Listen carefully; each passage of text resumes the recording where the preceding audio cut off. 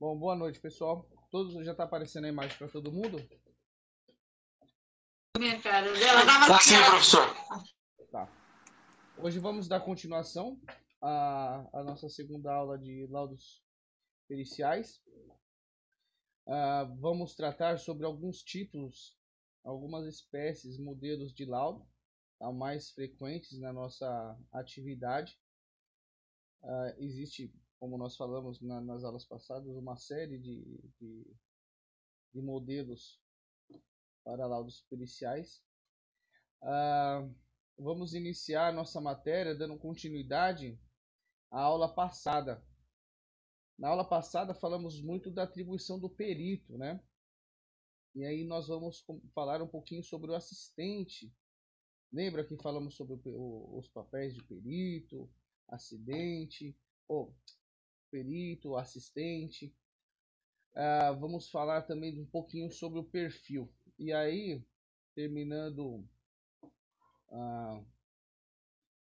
concluindo a primeira aula, nós vamos entrar no segundo tema. Então, vou passar dois videozinhos para vocês que fala sobre a capacitação profissional, né? E o outro, o papel do assistente técnico.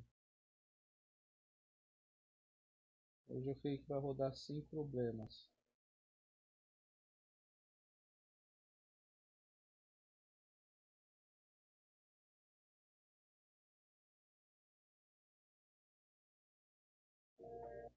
Olá, tudo bem? O assunto que eu quero conversar aqui agora com vocês é sobre a diferença entre habilitação e capacitação, e especificamente para o caso das perícias judiciais do trabalho. Então, muita gente me pergunta: Zeca, fazendo o curso de perícia judicial do trabalho, eu vou estar habilitado? Técnicos de segurança do trabalho, às vezes, me perguntam isso, engenheiros também. Vou estar habilitado? Vou estar capacitado? Então, qual é a diferença entre habilitação e capacitação?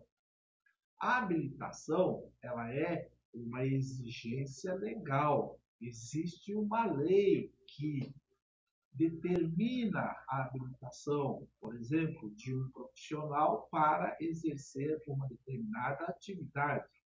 O engenheiro, por exemplo, ele é um profissional legalmente habilitado para exercer a sua profissão dentro daquelas atribuições que o CONFEA e os CREAS atribuem aos engenheiros. Então, é uma lei que habilita esse profissional após a sua formação escolar num curso de engenharia. A lei os habilita a exercerem a profissão de engenheiros. Uma vez feito a pós-graduação em Engenharia de Segurança do Trabalho, outra lei habilita o profissional para ser um engenheiro de segurança do trabalho. O técnico de segurança do trabalho também é um profissional legalmente habilitado pela legislação que criou a profissão do técnico em segurança do trabalho. Então, a habilitação é legal.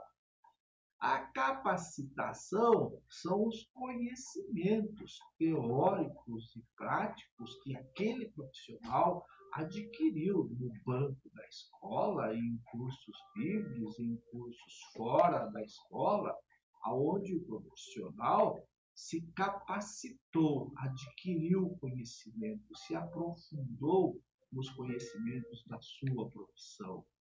Então, nós podemos, lamentavelmente, dizer que nós temos um engenheiro, nós temos um técnico que legalmente ele é habilitado, mas não é capacitado como o mercado exige. Muitos engenheiros de segurança do trabalho, muitos técnicos de segurança do trabalho são habilitados, têm os seus registros, o engenheiro lá no CREA, como engenheiro de segurança do trabalho, o técnico de segurança do trabalho tem o seu registro lá no Ministério do Trabalho, estão habilitados. Mas daí a serem capacitados, a diferença é muito grande. E, especificamente, para a perícia judicial do trabalho, o artigo 195 da CLT é quem determina a habilitação do engenheiro em segurança do trabalho e do médico do trabalho.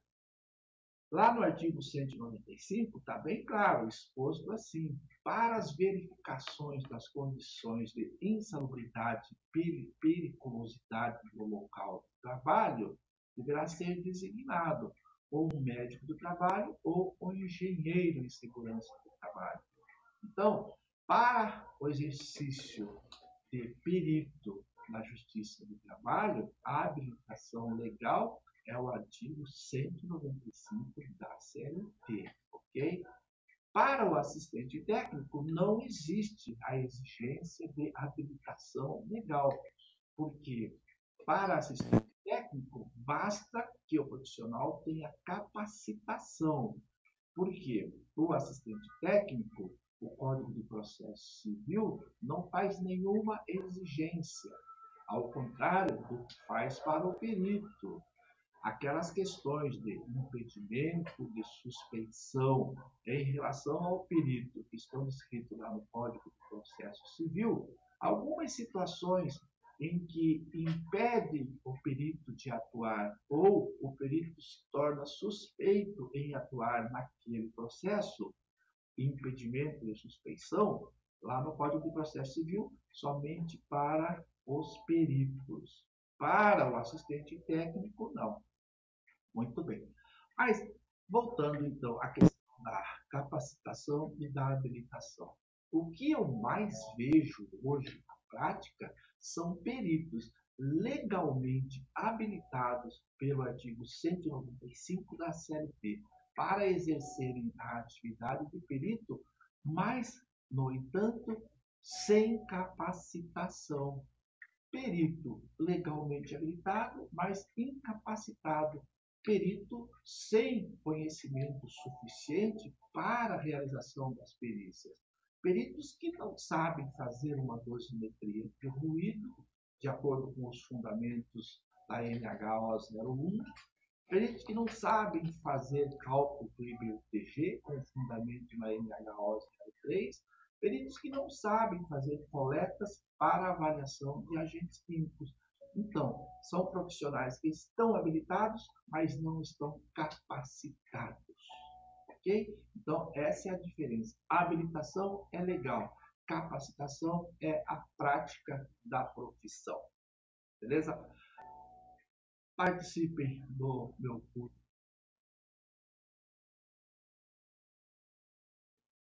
Ô Juliana, Oi, ficou claro para você da pergunta da sua última aula? mais ou menos, porque a gravação tá meio que falhando, pelo menos a minha. Beleza, depois eu explico novamente. A gente vai entrar nesse item. Agora vamos. Ô, professor, você não podia mandar esse vídeo, tipo, depois no WhatsApp? Posso mandar os links. Tá ok. Agora vamos ver o papel do assistente técnico na perícia. Olá, eu quero conversar com vocês agora sobre uma figura muito importante na perícia judicial do trabalho. O assistente técnico da perícia judicial do trabalho. Quem é essa figura? Quem pode ser o assistente técnico na perícia judicial do trabalho? O que faz o assistente técnico? Quanto ganha o assistente técnico? Muito bem. Então, tudo começa lá na primeira audiência na Justiça do Trabalho, na reclamatória trabalhista, do empregado que pediu o adicional de insalubridade. Por exemplo, pode ser insalubridade, periculosidade ou indenização por doença e ou acidente do trabalho. Mas vamos focar o nosso exemplo na insalubridade. Naquela primeira audiência, o juiz questiona o advogado, o representante do empregado, né? O advogado do reclamante. O juiz pergunta: doutor, vejo aqui que tem um pedido de adicional de insalubridade. O advogado responde: sim, excelência. O juiz questiona o advogado: doutor, insiste na perícia judicial? O advogado responde: sim, excelência, queremos a perícia judicial. Então, nesse momento, o juiz nomeia um perito. Dependendo da região, do estado onde você está, essa nomeação ela pode ser automática no sistema do tribunal, ou o juiz tem uma relação lá com os seus peritos preferidos e ele nomeia o perito. Muito bem. Nomeado o perito, o juiz dá um prazo para os advogados, do empregado e da empresa. Dá um prazo de 5 a 15 dias, depende muito do juiz. Dá um prazo para as duas partes apresentarem os quesitos técnicos e indicarem os seus assistentes técnicos. Mas já vamos começar dizendo o seguinte: a indicação do assistente, cada uma das partes, é um direito, não é uma obrigação. Indica o assistente se quiser.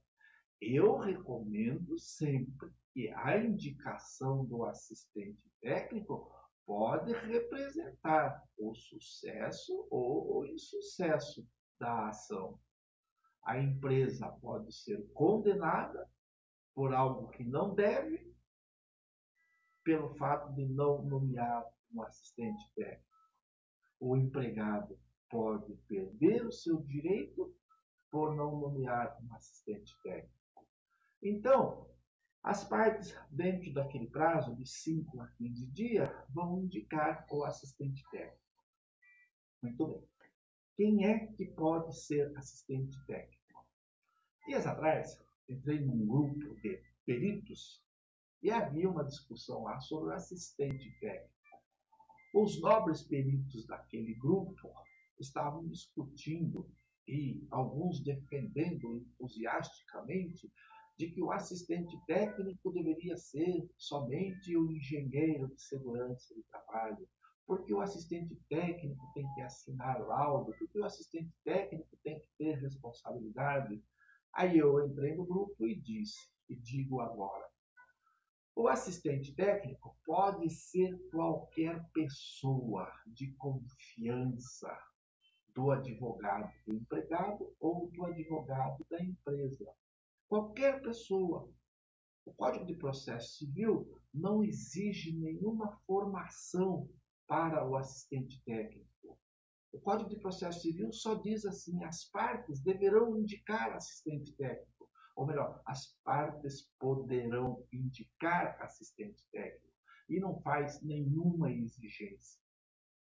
Para o perito, veremos numa outra conversa, para o perito, sim, existe uma série de exigências. Para o assistente técnico, não. Qualquer pessoa de confiança dos advogados. É evidente, quando eu digo qualquer pessoa, obviamente que os advogados vão escolher, se escolherem, alguém que entenda do assunto.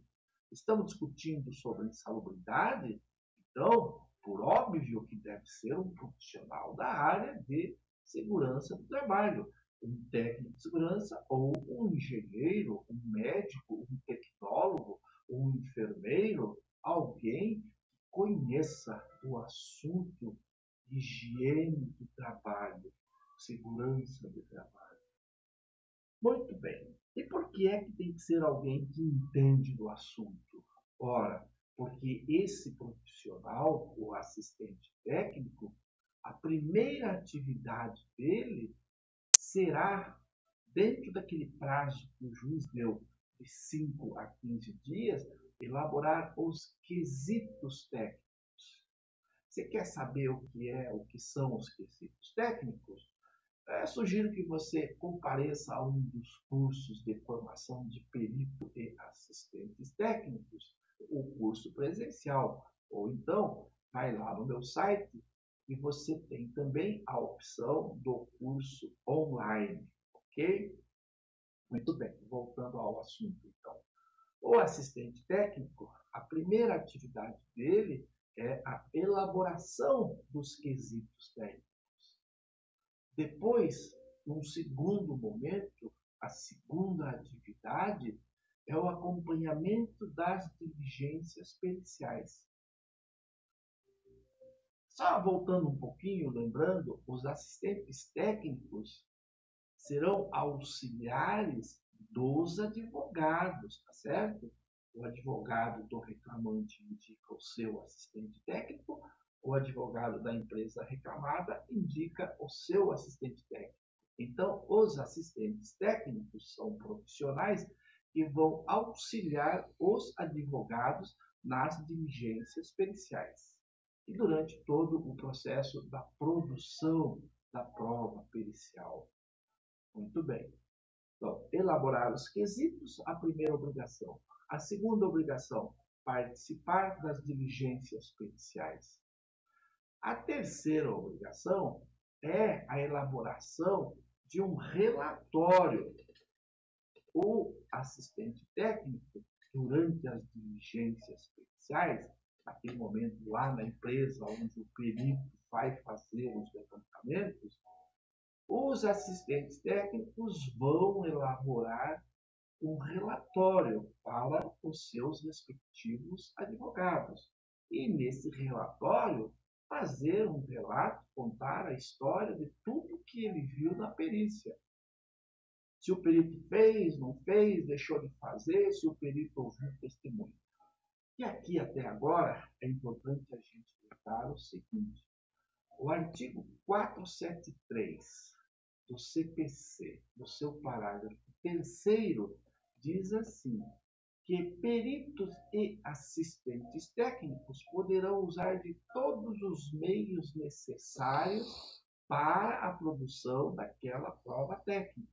Então, o assistente técnico pode filmar a perícia, pode fotografar a perícia, pode gravar o áudio da perícia, certo? Esse já é um recado que eu mando para os senhores peritos. Tem muito perito por aí que não quer deixar assistente técnico fazer isso. Filmar, gravar, fotografar. É um direito do assistente. Tudo que o perito pode fazer, o assistente também pode fazer. Evidente, tem aquela situação em que a empresa, por uma questão de segredo industrial, não permite a gravação, fotografia, mas isso é outro assunto que a gente trata depois, tá certo? Muito bem. Então, repetindo. Primeira atividade, elaboração dos quesitos. Segunda atividade, acompanhamento das perícias e emissão do relatório. Uma quarta atividade seria a impugnação do laudo pericial se for desfavorável à parte que ele representa, certo?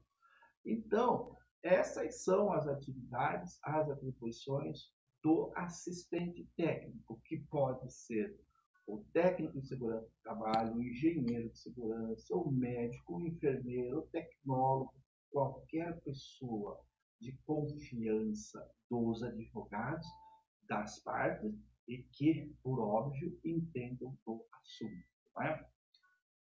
E quanto ganha um assistente técnico? Muita gente me pergunta isso.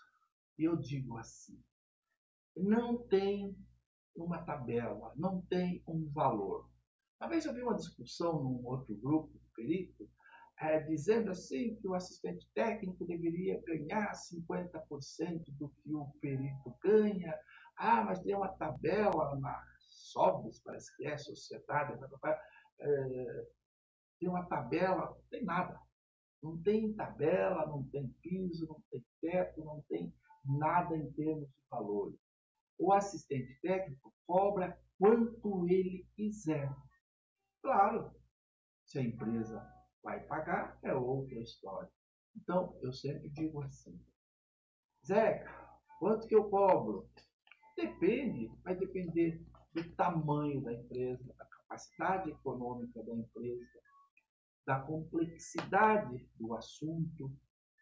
Se o empregado está pedindo adicional de insalubridade por ruído, calor, agentes químicos, então você vai ter que elaborar quesitos sobre ruído, sobre quesito de calor, sobre quesito de coleta de agentes químicos, quer dizer, a complexidade vai ser maior. Então, não sei, vai cobrar um salário mínimo, 2, 3, 4, 5 mil reais, depende do tamanho da empresa, da capacidade econômica da empresa e da complexidade do laudo, dos pedidos do empregado. Então, vai ter que negociar com os advogados, tá certo? Então, esse é o cara, é o assistente técnico. Se você quer ser um assistente técnico, você que é técnico de segurança do trabalho, entra lá no meu site, no www.trabalho.com.br, clica lá ou em cursos online, você vai ter um curso online onde você vai aprender tudo sobre perícia. Ou então, cursos presenciais, escolha a sua cidade, aonde tiver o curso, e vai lá, vamos conhecer no curso presencial. Tá certo? Abraço, tchau, até a próxima.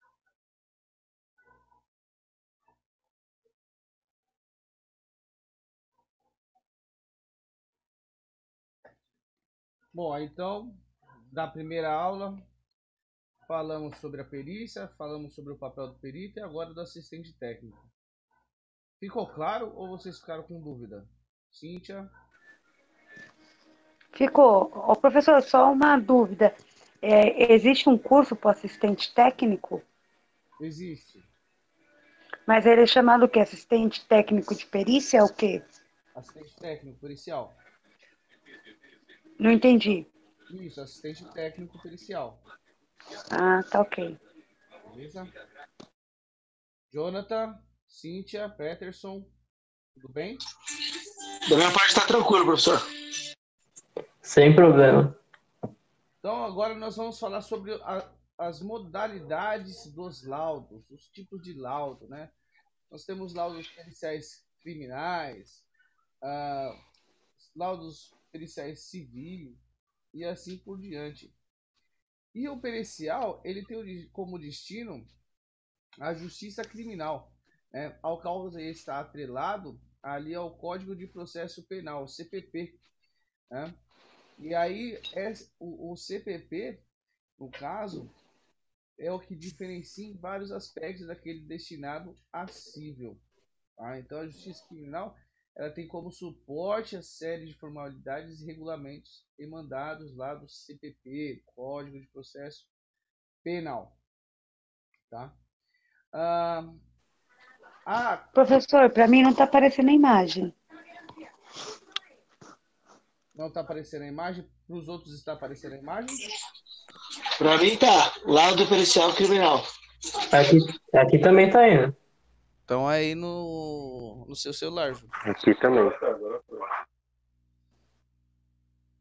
Vira ele. Agora voltou. Ah, tá. Então, o laudo pericial criminal, ele vai ter como característica que todas as partes vão ser integrantes de um processo, né? E ele é uma peça chamada técnica pericial única. E só a figura do perito oficial, quem é o perito oficial? Aquele que passa no concurso público, né? Ele pode realizar e fazer a perícia. E o laudo poderá ser utilizado desde lá do processo de investigação policial, né, até o processo como um todo. Nesse, o magistrado, o promotor, as partes representantes pelo advogado. Então, qualquer necessidade de perícia no âmbito da justiça criminal vai ser feita por peritos oficiais. Os peritos que por si só passaram no concurso público e estão em atividade. né? E são profissionais que vão contemplar o nível superior, é, e, e eles têm que estar atrelados ao Instituto de Criminalística ou Instituto de Medicina Legal. Em razão de ser uma prestação jurisdicional, ela vai estar emanada pelo Estado, reveste da oficialidade ou a publicidade, sendo o laudo oficial do inquérito policial ou do processo criminal. Então, essa parte de oficialidade e publicidade, eles são os pilares, tá? São conhecidos como pilares do laudo oficial, do inquérito policial e do processo criminal. Assim, o laudo oficial ele vai ser oriundo das perícias realizadas por peritos legistas, que a gente pode ter como exemplo o corpo de delito, e por peritos criminais, que são chamados peritos oficiais. Eles vão desde o processo lá de investigação, que passa até o tribunal, até a conclusão do processo. E esse tipo de laudo ele é uma obrigação do Estado na prestação de serviços na parte de perícia na esfera da justiça criminal, e os peritos oficiais devem ser funcionários públicos com a função específica de fazer a perícia, não havendo qualquer remuneração direta aos peritos signatários do laudo pericial, uma hora já que ele é funcionário público, já está dentro do escopo de trabalho dele, tá? Então os peritos vão receber seus vencimentos normais, como os funcionários que já são e jamais poderão ser remunerados diretamente por cada laudo emitido, diferente do perito da esfera civil, que ele não é funcionário público, ele vai ser indicado, tá? Orientando das partes envolvidas no processo.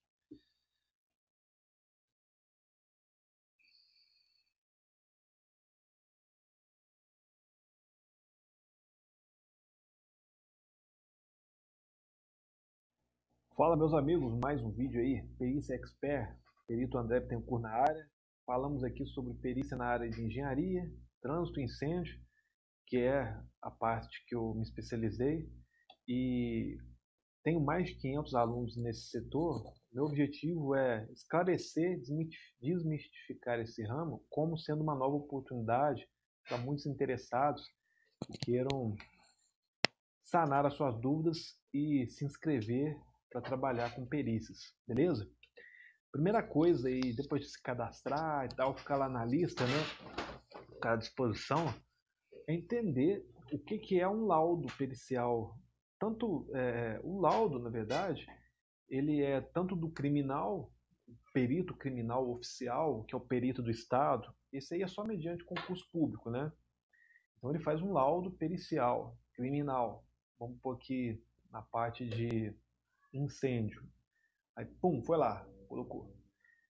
Aí suponha que esse perito tenha formação em biologia, por exemplo. E aí, esse laudo foi para a justiça, enfim, ok. E lá, todo o processo vai ser discorrido, enfim, vai ter o julgamento desse caso. Mas nesse caso teve um laudo do perito criminal oficial. Imagine se um mesmo caso tivesse uma repercussão, mas esse agente público aí, perito oficial, não fez a perícia. Mas aí teve foto, vídeo, teve o combate, né, por parte dos bombeiros. Aí, de repente, isso está na justiça, tem lá o supermercado e a seguradora, tá aquela briga, né? Aí um advogado vai lá e faz um requerimento pedindo prova pericial. Tem-se lá toda a documentação, e aí o advogado pede uma prova pericial para reforçar os documentos contidos nos autos. Vai buscar um perito, um expert nessa parte de incêndio. Ele não é servidor público. Aí nomeia o Roberto, que é engenheiro civil, elétrico, mecânico, enfim, mas que ele demonstrou capacidade para perícia em incêndio, segurança do trabalho, enfim. Chegando lá, ele vai ter acesso ao processo, a todos esses dados, e aí ele vai fazer uma avaliação daquele incêndio. Observe que você tem o supermercado e a seguradora X e o supermercado. O Roberto, ele vai fazer uma perícia judicial para passar para o juiz, ok? Mas ele não está defendendo nem o supermercado nem a seguradora. Ele é imparcial. Então, tudo que ele viu no processo de folha, de arquivo, de documento, foto, vídeo, ele vai tomar ali um juízo técnico, um juízo de fato, uma redação técnica sobre o caso. Conforme ele vai fazer, aí ele vai fazer um documento sobre tudo isso que ele inspecionou no seu teor científico, né? O seu olhar diferenciado, que ele estudou tanto para poder formular esse olhar. Aí ele vai fazer uma redação contendo o item do exame, que ele vai expor tudo lá nesse item do exame, e a conclusão, ok? A conclusão, beleza e tal, trata-se de um incêndio ocasionado por curto-circuito. Aí no do exame ele vai fazer lá um apanhado geral, várias folhas, muita técnica, de maneira clara, para afirmar o porquê que foi o curto-circuito, né?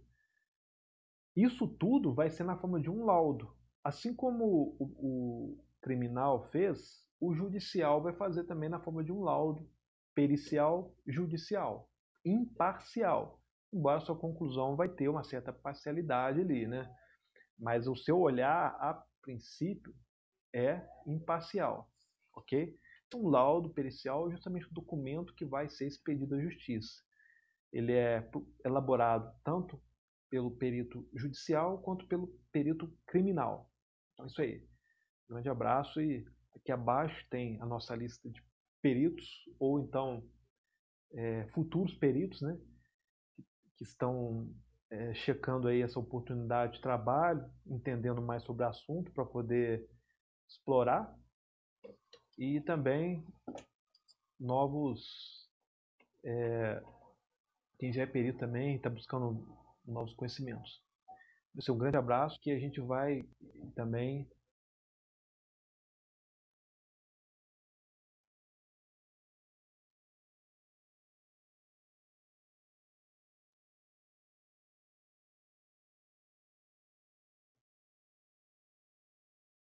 Então, como nós vimos, na parte de laudo pericial criminal, o perito, qual que é a formação do perito?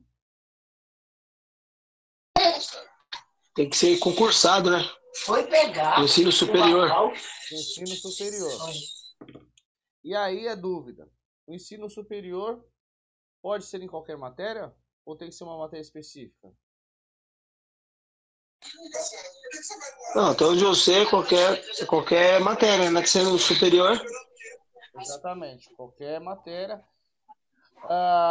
a não ser que ele seja alguma parte específica, como medicina legal, entre outras, né? Que aí ele coloca ali alguma disciplina. Mas, enfim, ele tem que estar ali na parte de superior, e o perito criminal, ele é concursado. Agora, já a parte do laudo pericial civil já não exige, né, o concurso. Ele vai exigir ali a habilidade, né, e você ter o conhecimento específico ali na disciplina. Então, o laudo pericial civil ele tem como destinação, ele é mais restrito, pois ele visa esclarecer as dúvidas levantadas pelos juízes, né, que estejam analisando ali o processo.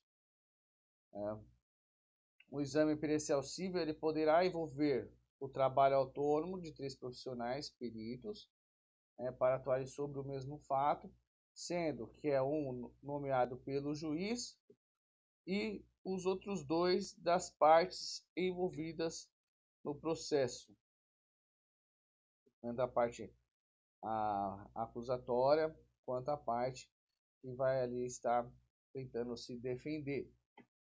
E o magistrado, né, se ele encontrar alguma dúvida de natureza, seja técnica, científica, dentro do processo, ele poderá nomear um profissional de nível superior para fazer a respectivo o exame pericial, né? Esse exame pericial ele vai ser realizado pelo chamado perito do juízo.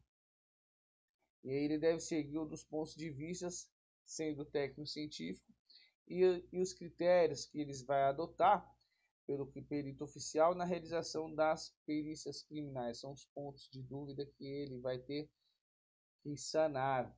E aí esse perito do juízo ele vai analisar todo o fato requerido, além de buscar qualquer outra informação ou circunstâncias a ele relacionadas que possam ser importantes para subsidiar o magistrado. Levando em consideração que nós vimos na primeira aula e falamos também, que aí ele deve tomar cuidado quando ele envolve, né, outros fatores que pode ser impugnado, né, a perícia dele. E aí é legal ele fazer a observação. Olha, durante a perícia tal, foi observado tal circunstâncias, e aí levar para exame do juízo. E aí deve se examinar com todo cuidado e abrangência aquele objeto da perícia, e a fim de trazer para os autos um trabalho completo e que tire a dúvida do magistrado, tire a dúvida do juiz, e aí seja explícita todas as informações possíveis de serem extraídas daquele evento que gerou ali as dúvidas. E a perícia realizada na esfera da justiça civil já passa a não ser obrigação do Estado. Então, se o magistrado entender que é necessário auxílio especializado, ele vai nomear um profissional de nível superior, engenheiro ou médico, cujo pagamento será feito inicialmente pelo autor movimentação da ação. E é, portanto, uma relação direta entre o magistrado e o perito nomeado, em que o pagamento deverá ser feito pelo autor da ação, e o fato do perito do juiz receber a sua remuneração com o dinheiro originário do autor da ação em nada vai vincular as partes, porque ele tem que obedecer um dos pilares da perícia, que é a imparcialidade. Então, ele recebe dentro da formalidade do processo, não havendo qualquer relação do perito com o autor da ação. Dentro do Código de Processo Civil, no criminal, né, o CPP, o Código de Processo, o CPC, Código de Processo Criminal, e aqui é o Código de Processo Civil. As partes envolvidas no processo civil poderão nomear os assistentes técnicos para atuar no acompanhamento do exame que o perito do juiz esteja realizando. E aí eu pergunto para vocês, qual é o papel do assistente técnico na perícia? Vamos ver se vocês lembram. O mesmo do perito. Boa, mas o que o assistente técnico ele procura ali? Evidências. Para favorecer quem? A empresa. Não, aí assim, ambos podem nomear o assistente técnico. Ambas as partes podem nomear os assistentes técnicos. Eles podem, né, realizar todas as ações de processo de filmagem, de gravação, que o perito pode, né?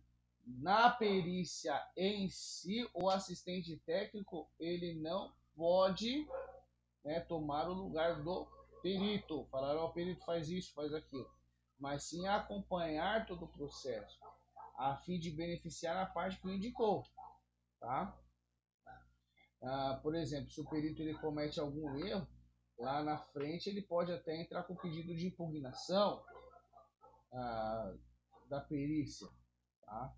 Então, os assistentes técnicos eles vão atuar no acompanhamento do exame que o perito vai estar realizando. E os profissionais, para realizar essas atividades, o perito de juiz e o assistente técnico, como já fomos falados, ele deve possuir o diploma do curso superior e estar devidamente inscrito no Conselho Regional de Fiscalização da Profissão, e deve ser comprovado o processo por intermédio de apresentação da documentação própria. Então, aí dentro dessa necessidade, vai haver sempre a procura por profissionais que sejam peritos oficiais, considerando a grande exigência da realização de perícias. Os magistrados, é comum eles encaminharem expediente aos institutos de criminalística e medicina legal, solicitando a nomeação de peritos oficiais para atuarem em processos cíveis. E esse procedimento ele vai estar até previsto lá no artigo 434 do Código de Processo Civil. E aí, considerando que o trabalho do perito do juízo deve ser abrangente, os assistentes técnicos farão o trabalho de acompanhamento e a verificação de todos os dados e informações que possam ser favoráveis à sua parte, ao seu cliente, contemplando no laudo pericial civil. Então, os peritos, eles têm que abranger a imparcialidade, mesmo que quem esteja pagando seus honorários seja o autor da ação a princípio. Já os assistentes técnicos, eles vão fazer o acompanhamento do processo. Então, imagina que vai lá na empresa, o juiz, 2 assistentes técnicos, mais o colaborador, o perito, né? O perito, 2 assistentes técnicos, mais o colaborador da empresa lá, que está entrando no processo. O perito vai fazer todas as análises, se for o caso de insalubridade ou periculosidade, ele vai designar ali quais são as metodologias para realizar o laudo. Os assistentes técnicos eles vão acompanhar essas avaliações, não poderão opinar, mas acompanhar e aí fazer o seu parecer técnico do laudo, sempre tentando buscar ali o favorecimento do seu cliente, né? Ou a empresa, ou a testemunha, ou a colaborador. E se entender que foi contemplado, expedirá um relatório para ser anexado já no processo, informando quando a sua concordância com o seu conteúdo do lado pericial civil, ou poderão diretamente assinar junto com o perito do juiz aquele laudo, assim concordarem. Porém, se qualquer deles não concordarem, nos termos do laudo pericial civil, deverão fazer um parecer técnico aonde vai evidenciar a sua discordância, porque que ele não concordou, e aí ele vai explicar sobre as suas conclusões que chegou o perito do juízo. Até aqui tudo bem? Beleza, professor, tranquilo. Sim, Podemos passar? Tranquilo, professor. sim. Pode passar. Laudo pericial de liquidação de sentença. Essa forma de laudo de pericial de liquidação de sentença, ela já tem a parte monetária, né? Então, essas perícias elas vão ser constituídas para tirar as dúvidas do juiz após uma execução de uma sentença, com o objetivo de determinar o valor a ser indenizado pelo causador do dano. Então, como eu já falei no começo, ele tem uma questão monetária. Tais perícias vai envolver a valoração do dano e pode ocorrer na área tanto de engenharia, medicina, comercial, civil, contábil, etc., exigindo aos profissionais com experiências e conhecimentos específicos dentro da disciplina. E as perícias de liquidação de sentença podem ocorrer em caso de valoração da morbidade, em caso de morte por doenças causadas, atividades profissionais insalubres, entre outros.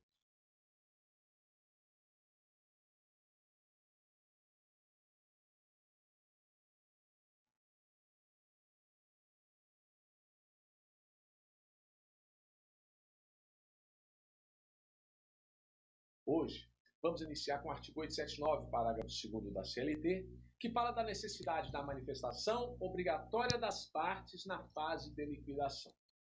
A fase de liquidação, ela começa quando a sentença transitou em julgado e não se sabe os valores corretos que se deve pagar ao reclamante. Exemplo, o reclamado foi condenado a pagar 2 horas extras por semana. Se por simples cálculos você encontrar o valor devido, temos aí uma liquidação por cálculos. Agora, se for necessário conhecimentos técnicos, a liquidação será feita por arbitramento. Caso seja necessário provar algum fato, teremos aí a liquidação por artigos ou liquidação pelo procedimento comum, conforme previsto no Código de Processo Civil. Vejamos o artigo 879 da CLT. Sendo ilíquida a sentença exequenda, ordenar-se-á previamente a sua liquidação, que poderá ser feita por cálculo, por arbitramento ou por artigos. Quando se fala por artigos, é a mesma coisa que procedimento comum. O Código de Processo Civil não fala mais em liquidação por artigos, e sim em procedimento comum. Por isso, fique aí na lembrança. Elaborada a conta e tornada ilíquida, o juiz deverá abrir às partes prazo comum de 8 dias para impugnação fundamentada com a indicação dos itens e valores objeto da discordância sob pena de preclusão.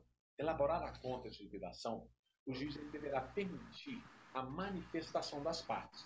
Isso significa que não é uma faculdade do juiz, e sim um dever. E o prazo das partes será comum de 8 dias.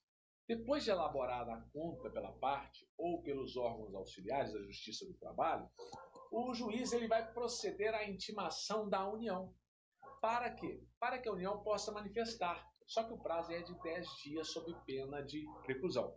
Quando intima as partes, o prazo é de 8 dias. Quando intima a União, o prazo é de 10 dias. Se liga nessa diferença. Quando é feita a liquidação dos valores, tem que se aplicar a correção monetária. Agora, o artigo 879, parágrafo 7 da CLT, previu que a correção monetária a ser aplicada é da TR.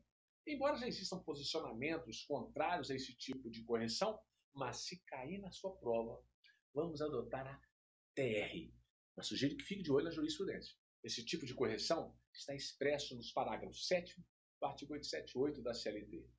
A atualização dos créditos decorrentes da condenação judicial será feita pela taxa referencial TR, divulgada pelo Banco Central do Brasil, conforme a Lei 8.177, de 1º de março de 1991. Vamos verificar a modificação do artigo 882 da CLT, que fala da garantia do juízo. Quando há o trânsito em julgado e é apurado o valor, o reclamado ele receberá um mandado de citação, penhora e avaliação, a fim de quê? De cumprir a decisão ou acordo no prazo de 48 horas para ele garantir a execução sob pena de penhora. Essa previsão está no artigo 880. Agora, no artigo 882 da CLT, nós temos que o executado que não pagar a importância reclamada poderá garantir a execução mediante depósito da quantia correspondente e atualizada e acrescida das despesas processuais, apresentação de seguro garantia judicial ou nomeação de bens a penhora, observada a ordem preferencial estabelecida no 835 do CPC. A novidade aqui é que a garantia do juiz poderá ser feita com seguro garantia judicial. Sugiro a leitura do artigo 835, que fala a ordem que os bens podem ser penhorados. No artigo 883, temos a inclusão do executado no Banco Nacional de Devedores Trabalhistas, que é o BNDT, ou ainda cartório de protesto, ou em sistema de órgãos de proteção de crédito. A inserção dos executados no BNDT em cartório de protesto ou em sistemas dos órgãos de proteção ao crédito poderá ser feita apenas após 45 dias a contar da citação do executado, se não houver garantia do juízo. Artigo 883-A da CLT. Olha o que diz. A decisão judicial transitada em julgado somente poderá ser levada a protesto, gerar inscrição do nome do executado em órgãos de proteção ao crédito ou no Banco Nacional de Devedores Trabalhistas, BNDT, nos termos da lei, depois de transcorrido o prazo de 45 dias a contar da citação do executado.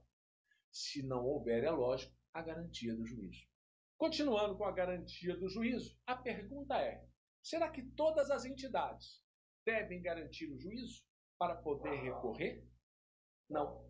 De acordo com o 884, parágrafo 6º da CLT, garantida a execução ou penhorados os bens, terá o executado 5 dias para apresentar embargos, cabendo igual prazo ao exequente para impugnação. Parágrafo 6º. A exigência de garantia ou penhora não se aplica às entidades filantrópicas ou àqueles que compõem ou compuseram a diretoria dessas instituições. Cuidado aqui, que é apenas para as entidades filantrópicas e aqueles que compuserem a diretoria dessas instituições. Para compreender as mudanças do recurso de revista, com a reforma trabalhista, a gente tem que entender quando é cabível o recurso de revista. Você tem que identificar quais são os recursos cabíveis no processo do trabalho. Nós temos o recurso ordinário, o recurso de revista, embargos ao TST, agravo de petição, agravo de instrumento e o agravo. Temos também os embargos de declaração, que é cabível quando houver omissão, contradição ou manifesto equívoco nos pressupostos extrínsecos do recurso. E o erro material também. Está no artigo 897-A. E o recurso extraordinário para o STF. Mas você tem que ter em mente que o recurso extraordinário não é um recurso propriamente dito trabalhista. E por isso não vai observar as normas processuais trabalhistas, sim do direito comum. Então vamos lá. De uma sentença da Justiça do Trabalho, cabe RO. Se fosse uma sentença na Justiça do Comum, era apelação. Como é Justiça do Trabalho, recurso cabível é o recurso ordinário. Dos recursos ordinários, cabe recurso de revista. Do recurso de revista, cabe embargos ao TST. E dos embargos ao TST, cabe recurso extraordinário para o STF. Repetindo, da sentença do juiz da Vara do Trabalho, cabe recurso ordinário para o TRT, é o Tribunal Regional do Trabalho que julga. O acórdão proferido no recurso ordinário, você pode entrar com recurso de revista, que é julgado por uma das turmas do TST, Tribunal Superior do Trabalho. Do recurso de revista, cabe embargos ao TST, que é julgado pela seção de dissídios individuais. Vamos ver a sequência de recursos na fase de execução. Se nós temos uma sentença ou uma decisão do juiz na fase de execução, cabe agravo de petição, que será julgado pelo TRT. Do agravo de petição, cabe recurso de revista para o TST. E do recurso de revista, cabe embargos ao TST para o próprio Tribunal Superior do Trabalho julgar. Percebe a semelhança? Observe aqui nesse desenho quais são as semelhanças com relação ao recurso. Nós temos a sentença na fase de conhecimento, nós temos a sentença ou decisões na fase de execução. E você deve lembrar que na fase de conhecimento da sentença é RO, na fase de execução da sentença é agravo de petição. Rima. Fase de execução, agravo de petição.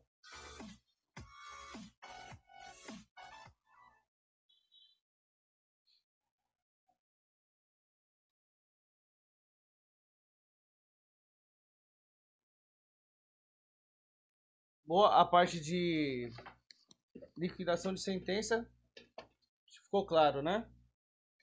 É a parte monetária. É. O que foi esse Égio? Ela é bem um pouquinho mais complicada, né? Não, é assim, o que ele explicou ali foi mais as partes de recursos do processo, né? Após a liquidação de sentença, após o cálculo do valor de trabalhista. E aí ele se aprofundou um pouco mais explicando a parte de recurso, né? Que você pode ter as fases de recurso para o tribunal, até o Superior Tribunal do Trabalho. Tá? Mas a parte maior que a gente queria abranger é a liquidação de sentença. Agora eu vou falar um pouquinho sobre laudo ergonômico. Ergonomia, né? O laudo ergonômico, ele tem como fator de determinar a avaliação que contribui para uma sobrecarga de trabalho, implicando necessariamente na avaliação de como os trabalhadores se ressentem dessa carga, uma avaliação subjetiva, e os fatores que vão influenciar na carga de trabalho. Qual que é? O sexo, a idade, o estado físico, intelectual, psíquico, formação educacional, layout, a jornada de trabalho, se ela é muito extensa, se ela é muito curta, o mobiliário, se ele é adequado, os equipamentos também, se eles estão adequados, as relações pessoais, segurança, a organização desse trabalho. E, por consequência, ao procurar-se adequar a carga de trabalho à capacidade dos trabalhadores, evitando-se assim a existência da sobrecarga. A falta dessas adaptações, dessas preocupações, leva ao aparecimento de algumas doenças ocupacionais, né? Conhecidos como a DORT, distúrbios ocupacionais relacionados ao trabalho, que vai ocasionar perda de qualidade, perda de produção, né? Além dos fatores apresentados como clínicos, laborais, exames de imagem, patologia do trabalhador, e aos dados quantitativos coletados do posto de trabalho e da tarefa, que aí vão ser correlacionados esses itens, tanto os dados clínicos, tanto aos dados quantitativos do posto de trabalho, para ser realizado assim o laudo ergonômico.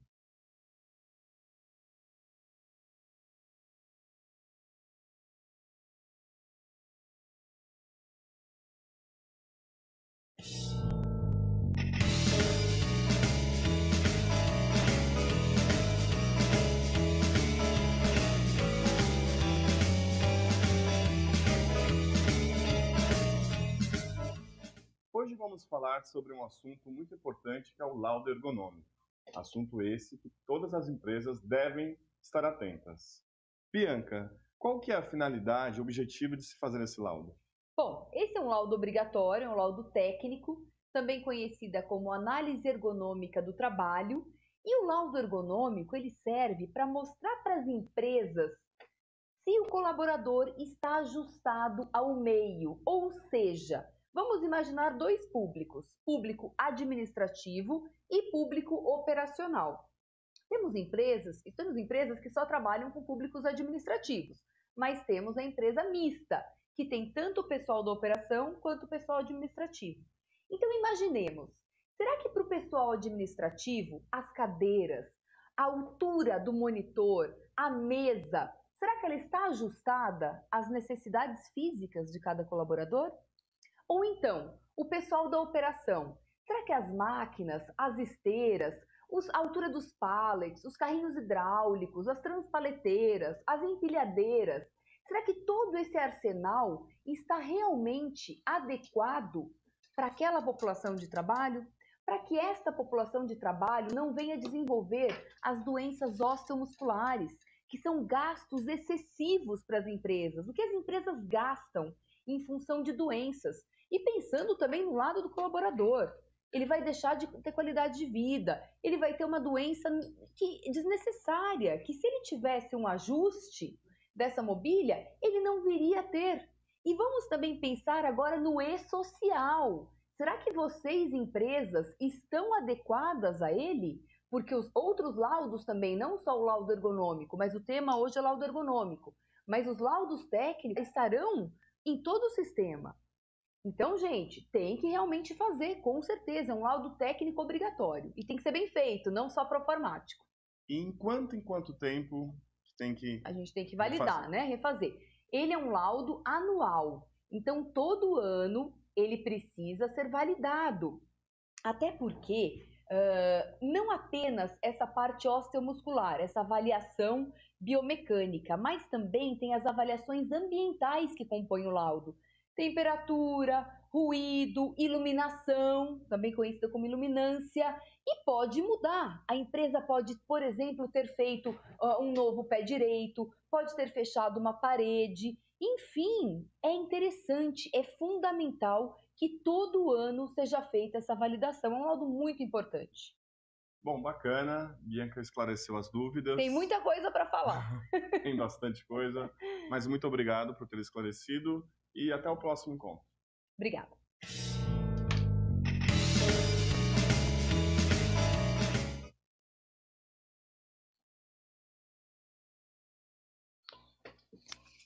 Falado do laudo ergonômico, vamos atender agora, falar um pouquinho sobre o laudo técnico das condições ambientais do trabalho, o LTCAT. O LTCAT ele vai ser elaborado pelo médico do trabalho ou por engenheiro de segurança do trabalho, a partir de um levantamento dos riscos ambientais existentes no próprio local de trabalho, para efetiva comprovação da exposição do segurado aos agentes nocivos para fins de benefícios previdenciários. E aí esses laudos eles devem conter a descrição da análise detalhada de cada atividade exercida no ambiente de trabalho e das máquinas e equipamentos utilizados. Identificação dos respectivos riscos ocupacionais e seus agentes nocivos. Quais são os riscos ocupacionais? Alguém pode me lembrar?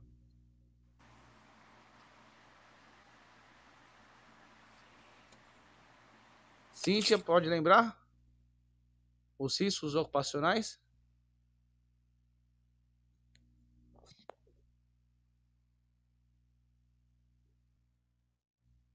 Elisângela?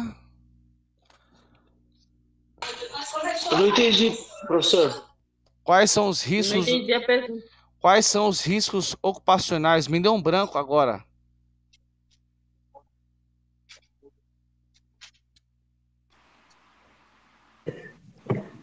São tipo ruídos, vibrações, a iluminância, é isso? Boa, esse mesmo. Risco físico, né? Químico, biológico, Econômico. e acidentes, né? E os seus agentes. Dentro desse, por exemplo, do risco físico, aí eu tenho vibrações, né? Esses são os agentes. Medições desses agentes nocivos, né, identificados, com equipamento apropriado, né? E que esteja com a calibração em dia. A calibração nada mais é uma certificação que aquele equipamento ele está dentro dos parâmetros corretos para a medição, bem como análises laboratoriais, caso tenha algum agente químico. Então eu tenho que fazer, dependendo, uma coleta do ar atmosférico, água, entre outros. Análise de correlação de eficácia e proteção de EPIs e equipamentos de proteção coletivas utilizados, né? Qualificação da insalubridade ou a periculosidade, se houver, e qual é o percentual de pagamento, enquadramento com a relação de aposentadoria especial, né, do INSS. E aí esses dados também vão ser extraídos lá do PCMSO e do PPRA.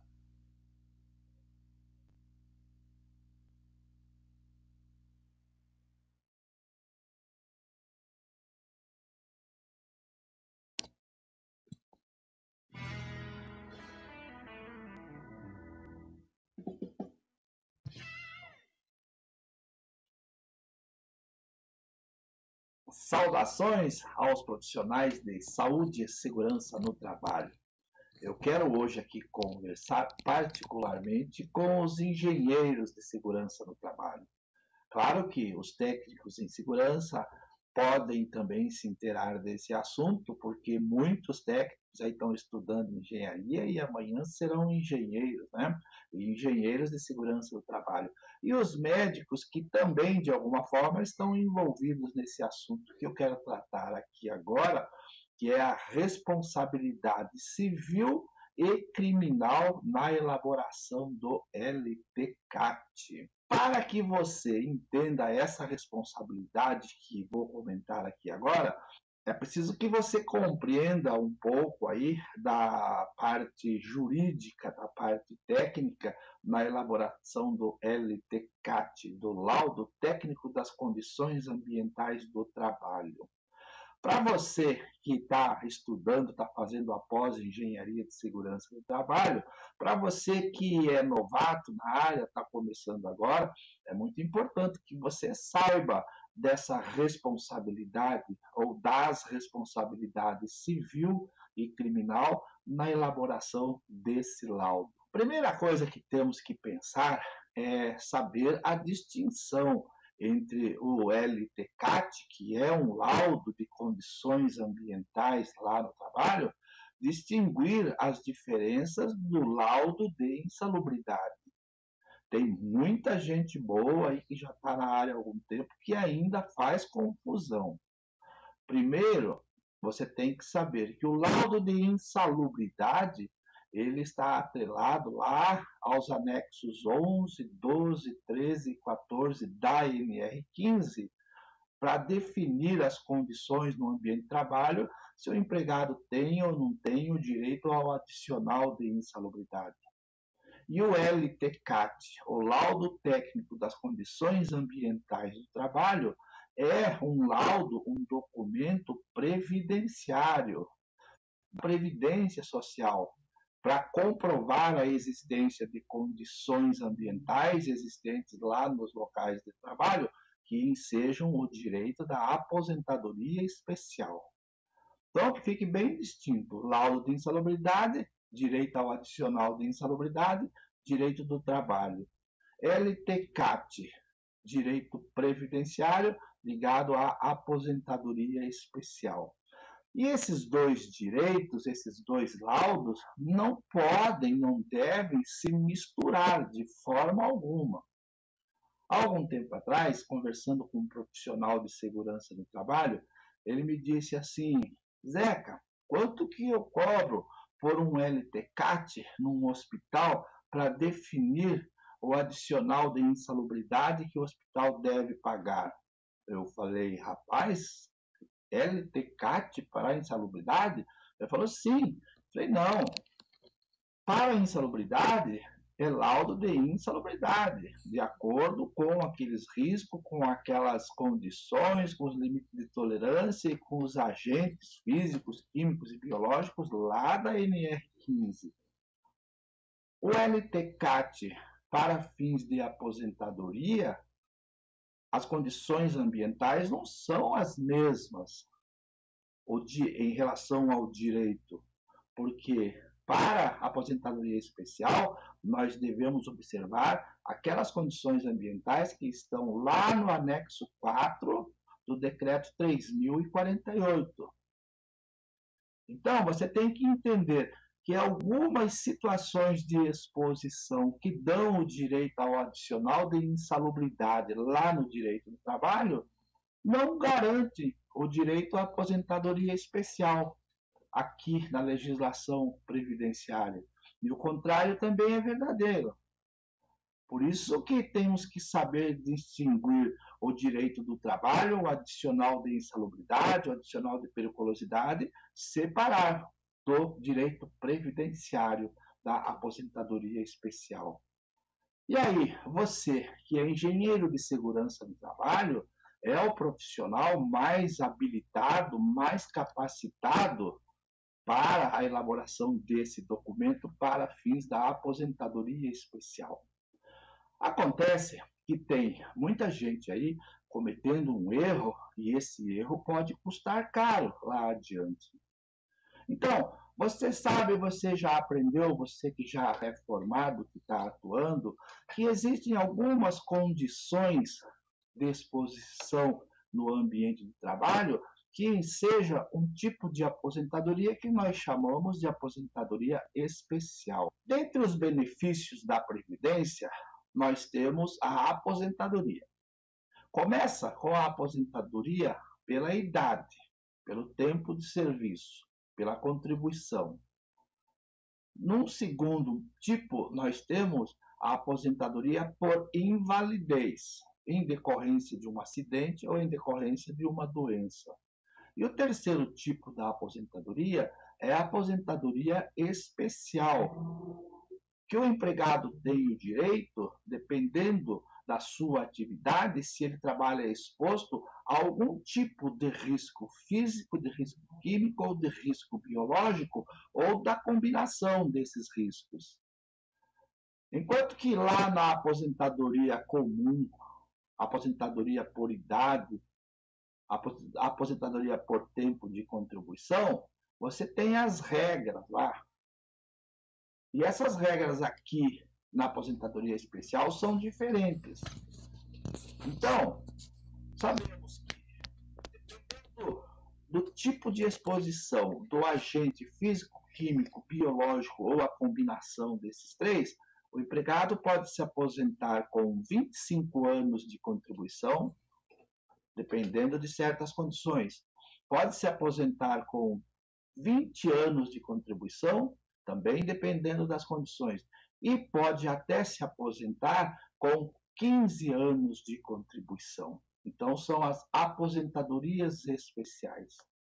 E essas condições de riscos físicos, químicos, biológicos e da combinação desses três, que ensejam esses três tipos diferentes de aposentadorias especiais, nós encontramos lá no anexo 4 do decreto 3.048 de 99. Tranquilo, basta ir lá ver, está bem claro, bem explicado. Qual que aposenta com 15 anos, qual que aposenta com 20 anos, qual que aposenta com 25 anos. Mas tem um porém nisso aí.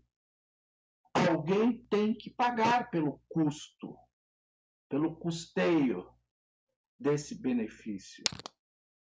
Nas condições normais de aposentadoria, o empregado tem descontado do seu salário alíquotas de 11% do seu salário.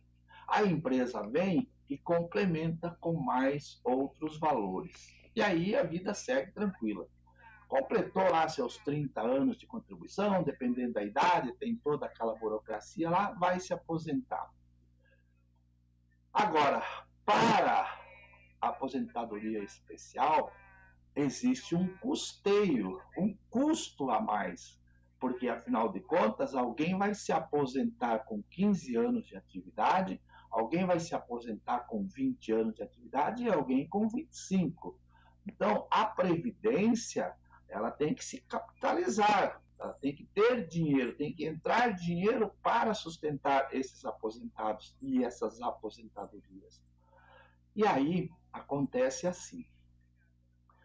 Nós temos lá na Previdência Social aquelas siglazinhas que você já estudou ou vai estudar, o SAT, S-A-T, Seguro contra Acidentes no Trabalho. Nós temos o RAT, os riscos de acidente no trabalho.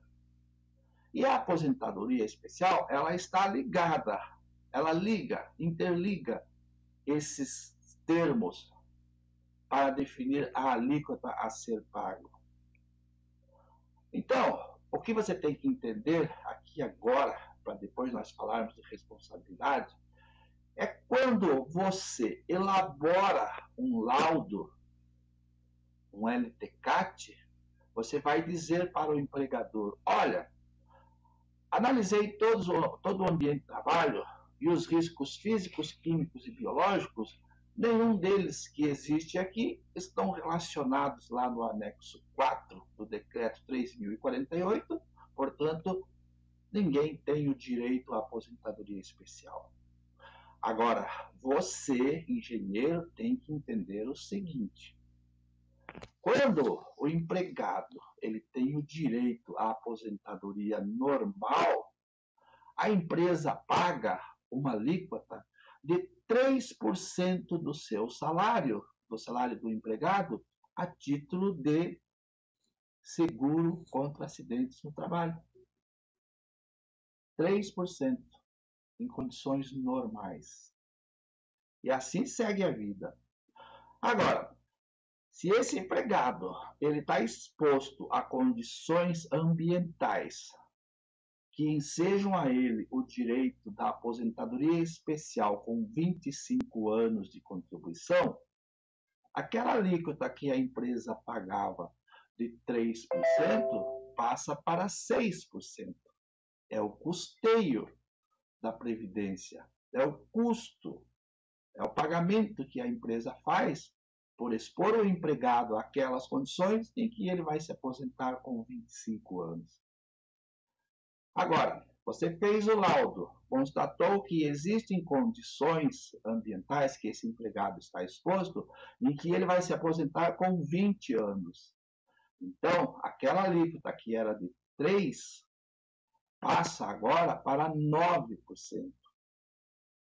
E vamos ainda falar que, se você constatar que existem condições em que ele vai se aposentar em 15 anos, aquela alíquota que era de 3% passa para 12% do salário dele. Olha só, para 20 anos, melhor, para 25 anos, a alíquota passa de 3% para 6%. Olha a tabelinha aí ao lado. Para a aposentadoria de 20 anos, passa de 3% para 9%. Para a aposentadoria de 15 anos, a alíquota que a empresa paga passa de 3% para 12% do salário. E onde é que está a tua responsabilidade nessa história toda? A responsabilidade civil, vamos falar primeiro. Você elaborou o teu laudo. Você constatou que naquele ambiente que você examinou, que você levantou os riscos, você constatou a existência da presença, da exposição do empregado a um determinado risco que está relacionado lá no Decreto 3.048, no anexo 4, que garante ao empregado a aposentadoria especial por 20 anos. Ok?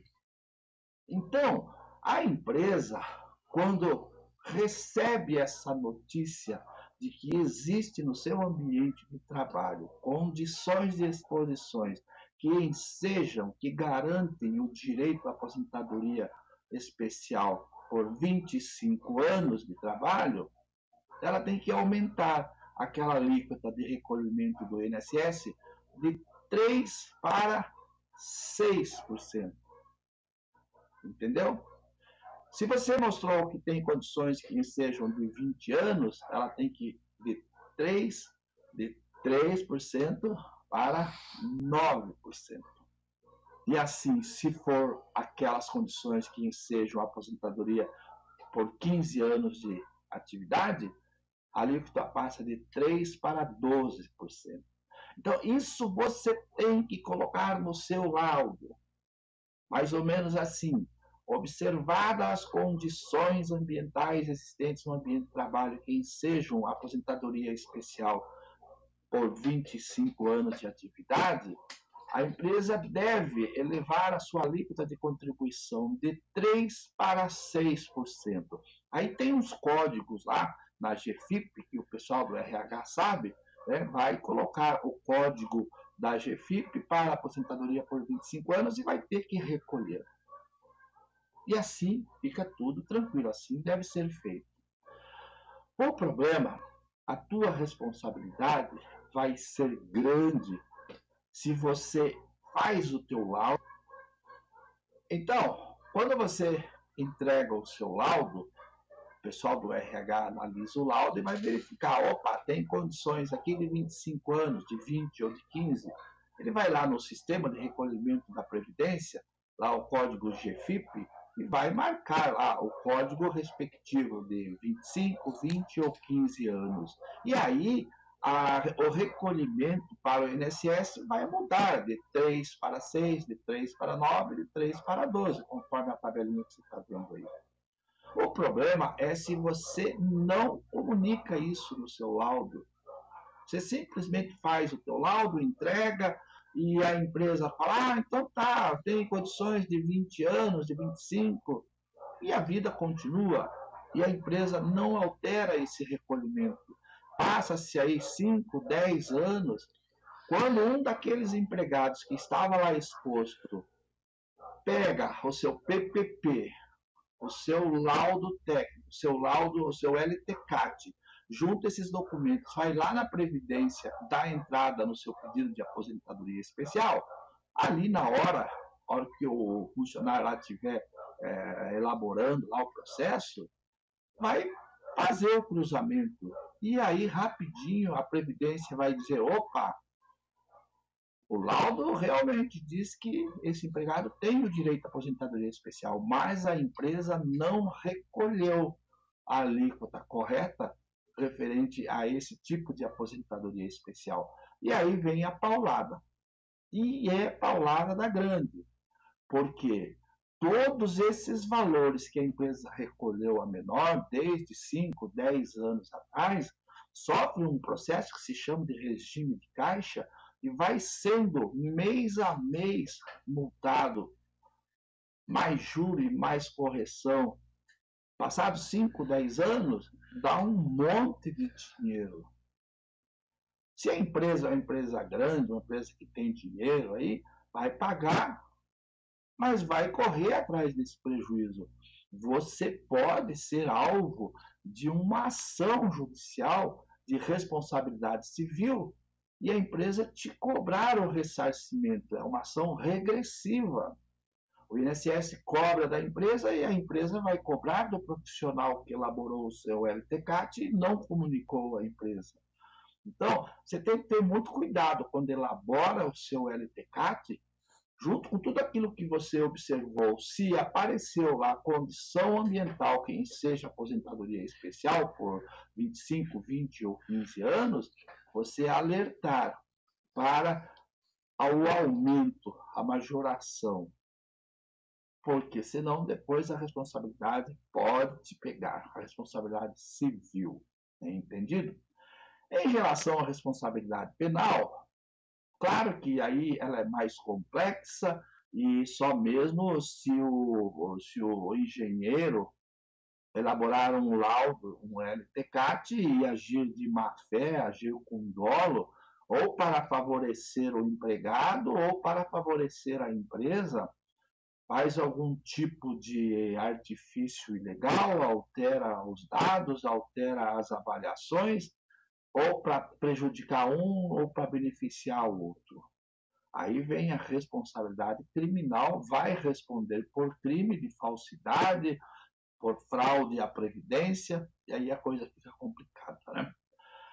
Quero convidar a você que está estudando ainda, está lá na pós de Engenharia de Segurança, para você que está começando agora, vai no link aí embaixo, tem um curso de elaboração do LTCAT lá no meu site.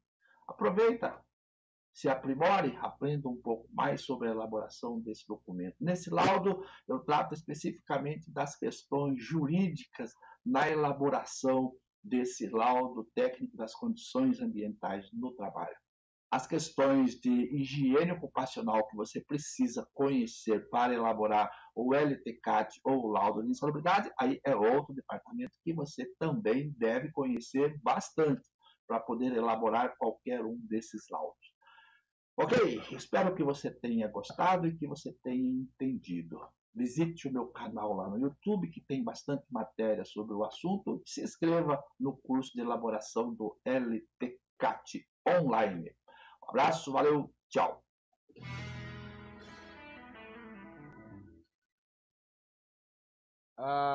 Aí só tem uma coisa a acrescentar, é que essas regras elas mudaram, tá, da aposentadoria especial. A gente tem que ficar atento na nova reforma, né? Então ainda continua existindo os 15, os 20, os 25, porém agora tem um fator de idade. Então, para se aprofundar um pouquinho mais, para eu conseguir ter essa lógica matemática, eu tenho que ver fator de idade, né, e o fator da aposentadoria especial e também a transição, tá? Da lei que está dentro dessa faixa. Agora vamos falar sobre o laudo de caracterização da insalubridade e da periculosidade, que é diferente do LTCAT. Então, o LTCAT ele visa fatores previdenciários. Já o laudo para caracterização de insalubridade, aquele que você está exposto a um agente físico, químico, biológico, né? Um agente nocivo à sua saúde, ou a periculosidade é aquele que tem um impacto mais rápido ali na sua vida, pode causar um dano definitivo de uma forma mais rápida. Então, esse laudo de condição de insalubridade, ele vai atrelar o valor mensal devido aos colaboradores que executam o seu trabalho num ambiente que nós chamamos de insalubre, quando existe esse risco no local, e como ruído, temperatura, produtos químicos e o grau, né, de acordo com a norma, né, e vai deixar explícito ali qual que é o nível de exposição e grau, né, segundo que vai prejudicar ali o trabalhador. Já a condição de periculosidade ela é expressa através das atividades e operações onde a natureza ou seus métodos de trabalho configure, olha só, um contato permanente com substâncias inflamáveis, explosivas, que geram condições de riscos acentuados.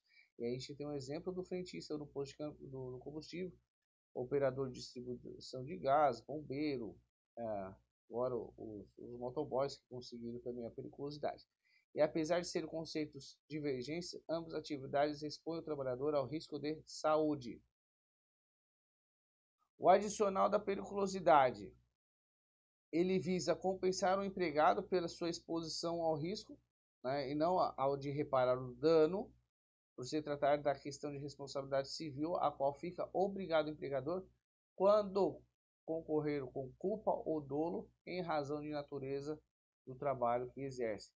Então, a caracterização da classificação da insalubridade e da periculosidade, segundo as normas do Ministério do Trabalho e Economia, vão ser realizadas através de perícias a cargo do médico do trabalho e engenheiro de segurança do trabalho devidamente registradas lá no Ministério do Trabalho e Emprego. O adicional de insalubridade ele é determinado de acordo com o tipo de agente insalubre que vai estar presente no local de trabalho. Aí esse procedimento ele é feito através de análise técnica quantitativa realizada por perito habilitado. E o perito de posse dessas informações ele vai emitir um laudo dos respectivos setores insalubres como o respectivo grau de insalubridade que deve ser pago. Quando eu interrompo a periculosidade ou a insalubridade, ou seja, deixa de existir a periculosidade e a insalubridade, eu deixo de ter que pagar o adicional. Então, uma vez cessado o risco, né, tanto insalubre quanto o periculoso, eu não preciso mais estar pagando adicional. Mas para isso, eu preciso estar fazendo um novo laudo. Preciso estar fazendo de novo uma perícia, um laudo, expondo que eu não tenho mais esse risco no local de trabalho.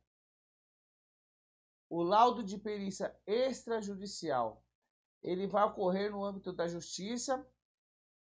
Eventualmente, esse possa vir a ser utilizado como uma peça de um processo judicial. E aí a gente tem alguns exemplos de perícias extrajudiciais que podem ser citados como laudos contábeis para verificação de irregularidades financeiras, laudos técnicos de esclarecimento de fatos irregulares em obras e serviços de engenharia, desapropriações, demarcações, próprio inventário, ações de uso capião, né, de locações de imóveis por danos ao patrimônio de terceiros, vistorias cautelares, indenizações, reclamações trabalhistas, entre outros. E por fim, parecer técnico. E esse documento ele tem como uma infinidade de aplicações e seu conteúdo ele vai ser relativamente genérico, mais abrangente, podendo abordar desde análise de fatos concretos até situações que sejam hipotéticas, que venham a servir como parâmetro para algum tipo de conclusão, para algum tipo de análise ou conclusão. E o parecer técnico, ele diferencia do laudo pericial em razão de ser um documento consequente de uma análise realizada sobre um fato específico, contendo a respectiva emissão de uma opinião técnica sobre o caso estudado. Segundo o perito criminal Ascendito Cavalcante, em seu livro de criminalística básica, ele vai tratar que o parecer técnico é uma resposta a uma consulta feita por interessado sobre fatos referentes a uma questão a ser esclarecida. E aí ele pode se tratar de um exame propriamente dito, de uma opinião a respeito de um valor científico de um trabalho que foi produzido anteriormente, quer seja de peritos oficiais ou não. Assim sendo, é um documento particular que independe de qualquer compromisso legal e que é aceito ou faz fé pelo renome, competência e qualidade morais de quem o subscreve. Então, o parecer técnico, ele sempre, ele vai ter um objetivo específico a se dedicar, excluindo-se da análise de qualquer outro tipo de elementos que não venha a colaborar, a respaldar o objetivo da análise. Então, se tratando de um parecer técnico emitido por assistente técnico que não concordou com o laudo do perito do juízo, ele irá analisar e emitir a sua opinião sobre aquele fato que possa respaldar os argumentos do seu cliente. Se for requisitado pela empresa, deverá dedicar-se a buscar elementos técnicos que vai colaborar com a tese da empresa, dentro dos rigores da ética e da busca da verdade apontada a partir de uma análise técnica científica. E um outro aspecto caracterizador do parecer técnico é a requisição e respectivo destinatário. Ele só vai ocorrer porque alguém, ou a justiça, ou órgão público, empresas privadas, pessoas, advogados, necessitam de esclarecimento para um determinado assunto, para aquele X assunto. Qual ele não tem conhecimento, não tem a competência legal de realizar. E aí, quem requisita um trabalho desse lado, quem requisita um parecer técnico, a intenção é verificar se tal atividade está dentro daquelas relacionadas como exclusiva competência de determinação profissional de nível superior. E assim sendo, obrigatoriamente deve-se buscar um profissional com habilidade técnico-legal para realizar o trabalho.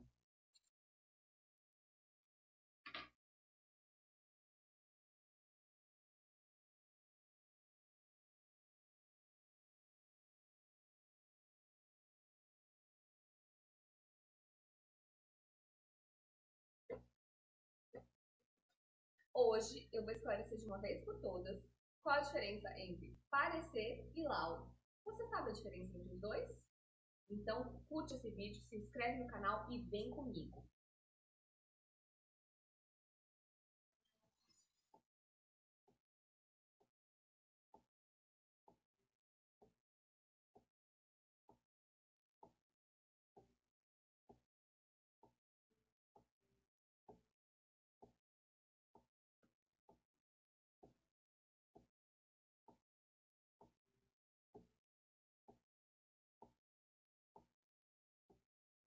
Bom, vamos lá. Primeira diferença entre laudo e parecer.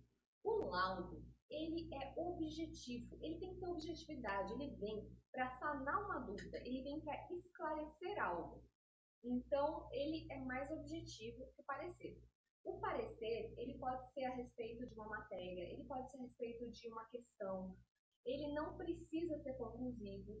O laudo, ele tem essa necessidade, não que há necessidade de ser conclusivo, mas o perito vai ter que esclarecer caso não seja.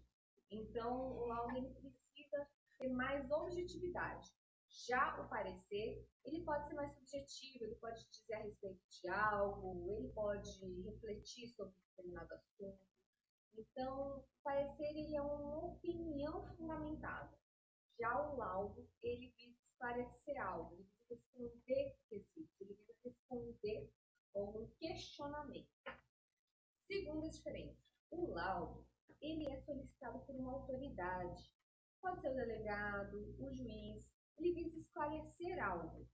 Já o parecer, ele pode ser solicitado pelas partes, advogado. Então, ele é particular. Parecer pode ser particular, mas, exceção. O perito judicial, solicitado pela autoridade, pode emitir um parecer. Por exemplo, tem alguma questão no laudo dele, ele precisa esclarecer melhor, ele fez o laudo, ele faz um parecer para complementar. Então, ele faz um parecer explicando o laudo. Terceira diferença. O laudo, ele é formal, ele tem uma formalidade, uma forma a ser seguida. Então, no CPC, artigo 473, tem a forma que o laudo judicial civil deve seguir. A análise técnica e científica, metodologia, objeto e resposta conclusiva aos quesitos.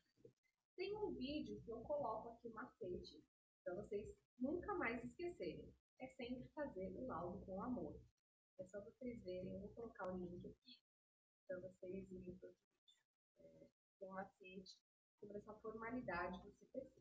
O parecer não precisa respeitar essa formalidade. Ele não tem essa obrigação.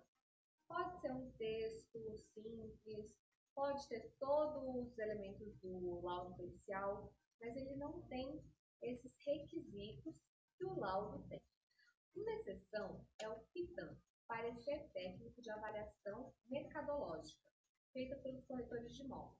Tem a formalidade, tem a NBR, então ele deve seguir uma formalidade. Mas um parecer simples não tem essa obrigatoriedade, tá? Quarta diferença, para finalizar. O laudo, ele vai ter conclusão. Mesmo que o perito esclareça que não chegou a uma conclusividade, mesmo que haja inconclusividade, ele vai ter que explicar, vai ter que esclarecer isso. Já o parecer não, ele pode ser no tocante de uma matéria, de um fato. Então, ele vai dispor sobre elementos, ele vai fundamentar. É uma opinião fundamentada, tá bom? Então, se você gostou desse vídeo, dá um like, se inscreve no canal e vamos periciar.